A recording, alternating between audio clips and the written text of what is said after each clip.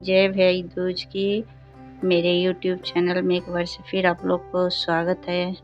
एक बुढ़िया थी, उसके 7 बेटे और एक बेटी थी। बेटी की शादी हो चुकी थी। जब भी उसके बेटी की शादी होती फेरों के समय एक नाग आता और उसके बेटे को डस लेता था। बेटा वही खत्म हो जाता था और वो भी विधवा।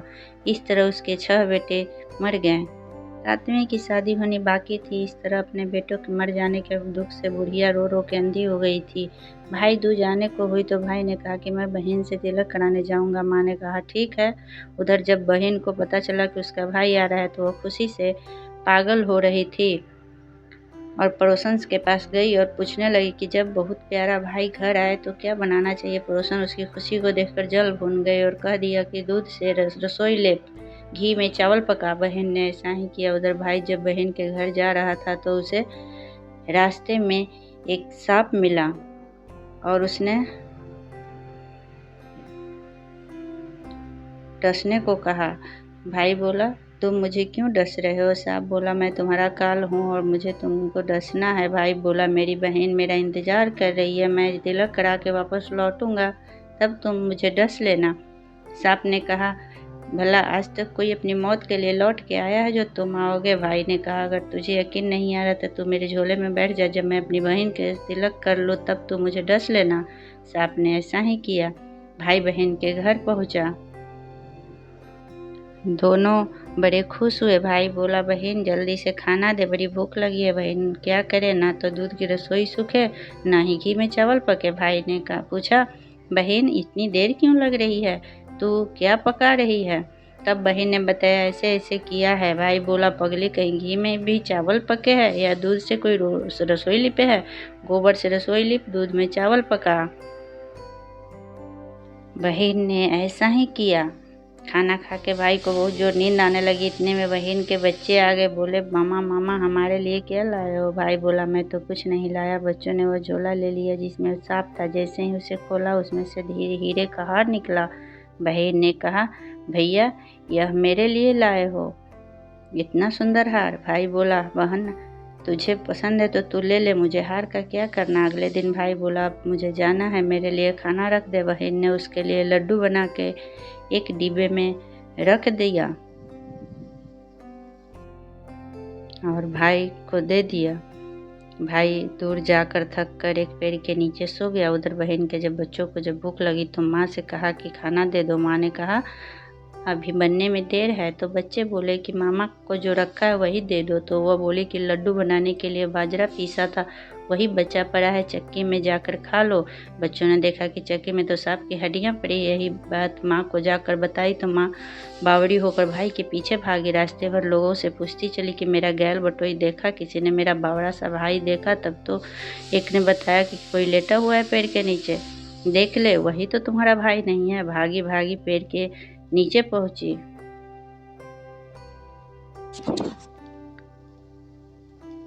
अपने भाई को जगाया। भैया भैया कहीं तूने मेरे लड्डू तो नहीं खा लिए। भाई बोला ये ले, तेरे लड्डू नहीं खाए मैंने, ले दे के लड्डू ही तो दिए थे। उसके भी पीछे पीछे आ गई। बहन बोली नहीं भाई तू झूठ बोल रहा है, जरूर तूने खाया, अब तो मैं तेरे साथ चलूंगी। भाई बोला न, तू ना मान रही है तो चल। फिर चलते चलते बहन को प्यास लग गई। अब वो भाई से कहती है कि मुझे पानी पीना है। भाई बोला मैं यहाँ तेरे लिए पानी कहाँ से लाऊं, देख तू कहीं चील उड़ रही है, चली जाए वहाँ शायद तुझे पानी मिल जाए। तब बहन वहाँ गई और पानी पीकर जब लौट रही थी तो रास्ते में देखती है कि एक जगह ज़मीन में 6 सिलाएँ गढ़ी है और एक बिना गढ़े रखी हुई है। तो उसने एक बुढ़िया से पूछा कि ये सिलाएँ कैसी है।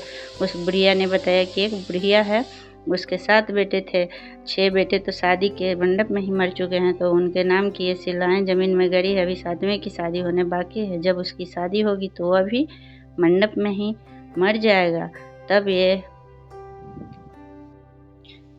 यह 7वीं शिला भी जमीन में गाड़ दी जाएगी। यह सुनकर बहन समझ गई सिलाएँ किसी और की नहीं बल्कि उसके भाइयों के नाम की है। उसने उस बुढ़िया से अपने 7वें भाई को बचाने का उपाय पूछा। बुढ़िया ने बतला दिया कि वह अपने 7वें भाई को कैसे बचा सकती है।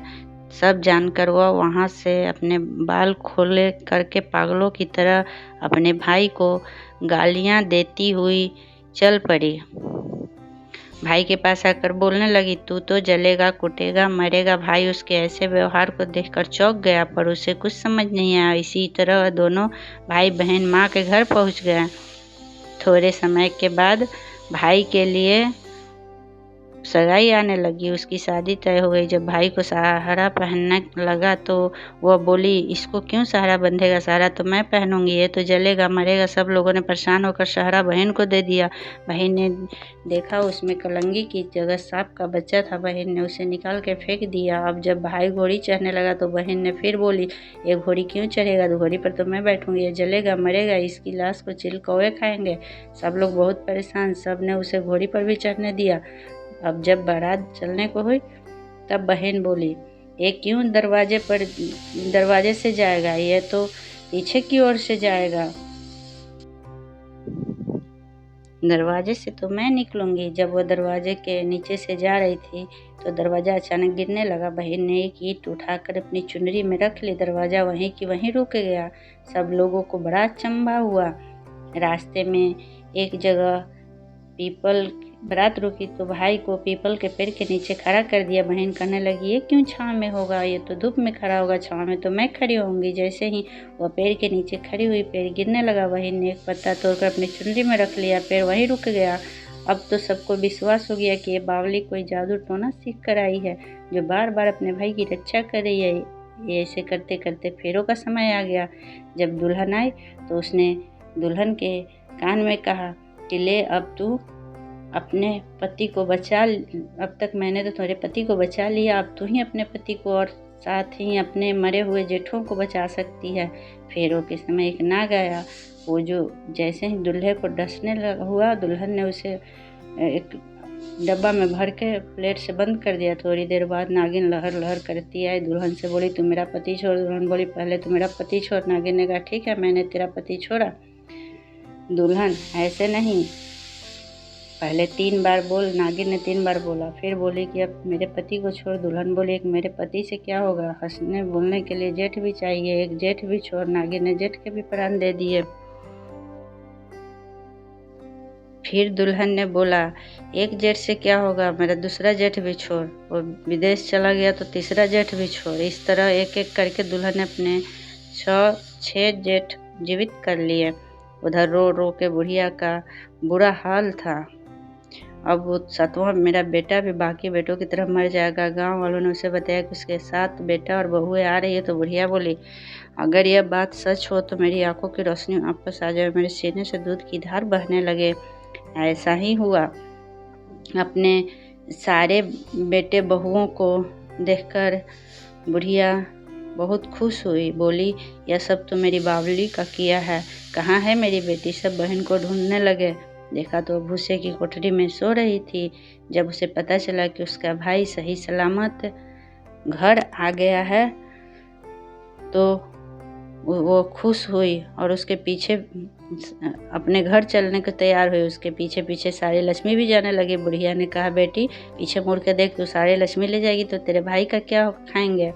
तब बहन ने पीछे मुड़ के देखा और कहा, जो माँ ने अपने हाथों से दिया वो मेरे साथ चल, बाकी का भाई भाभी के पास रहा। इस तरह एक बहन ने अपने भाई की रक्षा की।